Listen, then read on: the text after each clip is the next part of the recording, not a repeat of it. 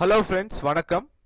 கலைஞர் மகளிர் உரிமை தொகை ஓய்வூதியதாரர்கள் மற்றும் அரசு ஊழியர் குடும்பங்களுக்கு முக்கிய விதிவிலக்கு பற்றி இந்த வீடியோவில் பார்க்கலாம். அதற்கு முன்னாடி நம்ம சேனலை இதுவரைக்கும் சப்ஸ்கிரைப் பண்ணலன்னா சப்ஸ்கிரைப் பண்ணிக்கோங்க.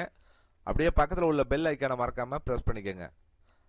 அப்பதான் நம்ம சேனல்ல இது போன்ற வீடியோக்களை அப்லோட் செய்யும்போது உங்களுக்கு தொடர்ந்து கிடைக்கும். வாங்க வீடியோக்குள்ள போயிடுவோம்.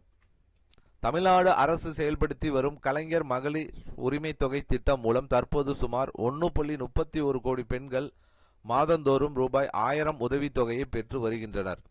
இந்த திட்டம் பெண்களின் பொருளாதார நிலையை மேம்படுத்தும் நோக்கில் செயல்படுத்தப்பட்டாலும் சில பிரிவினருக்கு இதில் சேருவதற்கான கட்டுப்பாடுகள் உள்ளன.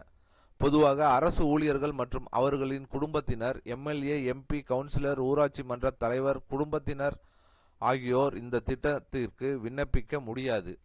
அதேபோல் ஒரே ரேஷன் கார்டில் இருந்து 2 பெண்கள் ஒரே நேரத்தில் விண்ணப்பிப்பதும் அனுமதிக்கப்படவில்லை. இதற்கிடையில் ஓய்வூதியம் பெறுபவர்களுக்கு தொடர்பாக ஒரு முக்கிய விதிவிலக்கு உள்ளது. ஒரு குடும்பத்தில் ஓய்வூதியம் பெறுபவர் இருப்பின் அவர் நேரடியாக இந்த திட்டத்திற்கு விண்ணப்பிக்க முடியாது. ஆனால் அவர் ஆண்டுக்கு ரூபாய் 2.5 லட்சத்திற்கும் குறைவாக ஓய்வூதியம் பெறுபவராக இருந்தால் அந்த குடும்பத்தில் தகுதியான பெண்கள் மகளிர் உரிமை தொகைக்கு விண்ணப்பிக்கலாம். குறிப்பாக அங்கன்வாடி ஊழியர்கள் போன்ற கடைநிலை அரசு பணிகளில் இருந்து ஓய்வு பெற்று குறைந்த அளவு ஓய்வூதியம் பெறும் குடும்பங்களுக்காக இந்த வாய்ப்பை தமிழ்நாடு அரசு வழங்கியுள்ளது.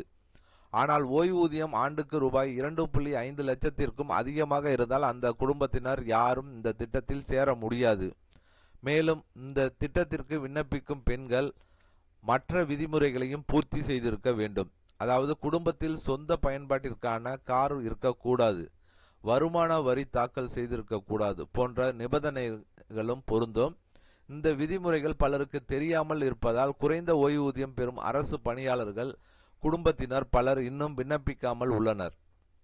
எனவே ஆண்டுக்கு ரூபாய் 2.5 லட்சத்திற்கும் குறைவாக ஓய்வூதியம் பெறும் குடும்பங்களில் உள்ள தகுதியான பெண்கள் இந்த திட்டத்திற்கு விண்ணப்பிக்கலாம் என்பதை குறித்து பொதுமக்களுக்கு தகவல் பரப்புவது முக்கியம்.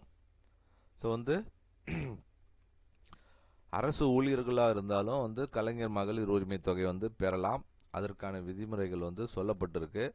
காரணம், பென்ஷனரும் இதுக்குள்ள அப்ளை பண்ணலாம் அப்படின்னு சொல்லியிருக்காங்க. காரணம், 2.5 லட்சம்குள்ள ஆண்டு வருமானம் அவங்களுக்கு இருக்கணும். இப்போ பென்ஷனர்ஸ் நிறைய பேர்த்துக்கு 10,000, 5,000 அந்த மாதிரி நிறைய இருக்கு. அதனால அவங்களும் இதை அப்ளை பண்ணி வாங்கலாம் அப்படின்னு சொல்லப்பட்டிருக்கு. ஸோ கண்டிப்பாக அரசு ஊழியர்களுக்கும் கம்மியான சம்பளம், இப்போ ஒரு 20,000 ரூபா அப்படின்னா 2,40,000 தான் வருது. ஸோ அந்த மாதிரி ஊழியர்களும் வாங்கலாம். ஸோ அரசு ஊழியர்களுக்கு எல்லாமே அந்த பிஎஃப் எல்லாமே கால்குலேட் பண்ணுவாங்க. அடிப்படை சம்பளம் ப்ளஸ் எல்லாமே சேர்த்து ஃபைனலாக எவ்வளோ வாங்குறாங்க அப்படிங்கிறது தான் கணக்கு வரும். ஸோ இதில் யார் யார் வாங்கலாம் அப்படின்னா, ஒரு அங்கன்வாடி ஊழியர்கள் மெயினாக வாங்கலாம். அவங்களுக்கெல்லாம் அந்த 10,000, 7,000 இந்த மாதிரி சம்பளங்கள் இருக்கும். ஸோ அவங்களுக்கு எவ்வளோ தான் கூட்டி போட்டாலும் 10,000, 5,000க்கு மேலே தாண்டாது. ஸோ அந்த மாதிரி ஊழியர்களெல்லாம் கணக்கு போட்டிங்கன்னா 1 லட்சத்துக்கு 2.5 லட்சத்துக்கு மேலே வரவதற்கு வாய்ப்புகள் மிக மிக குறைவு. அதனால அந்த மாதிரி அரசு ஊழியர்களெல்லாம் வாங்கலாம். அவங்க மட்டும் கிடையாது, எந்த ஊழியராக இருந்தாலும் சரி அவங்களுக்கு 2.5 லட்சம் ரூபாய்க்கு கம்மியாக ஆண்டு வருமானம் இருக்கணும். முக்கியமாக வண்டிகள் எல்லாம் இருக்கக்கூடாது, கார் இருக்கக்கூடாது. அந்த கண்டிஷன்ஸ் எல்லாம் கரெக்டாக இருந்துச்சுன்னா கரெக்டாக அவங்களுக்கு கண்டிப்பாக கிடைக்கும் அப்படின்னு அரசு தெளிவுபடுத்தியிருக்காங்க. ஸோ கண்டிப்பாக இந்த வீடியோ பயனுள்ள தகவலாக இருக்கும்னு நினைக்கிறேன். இந்த வீடியோ பிடித்திருந்தால் லைக் பண்ணுங்கள். உங்களுடைய சந்தேகங்களை கமெண்ட் செக்ஷனில் கமெண்ட் பண்ணுங்கள். உங்கள் உறவினர்கள், நண்பர்களுக்கு ஷேர் பண்ணுங்கள். மீண்டும் இது போன்று வேற ஒரு வீடியோவில் சந்திப்போம்.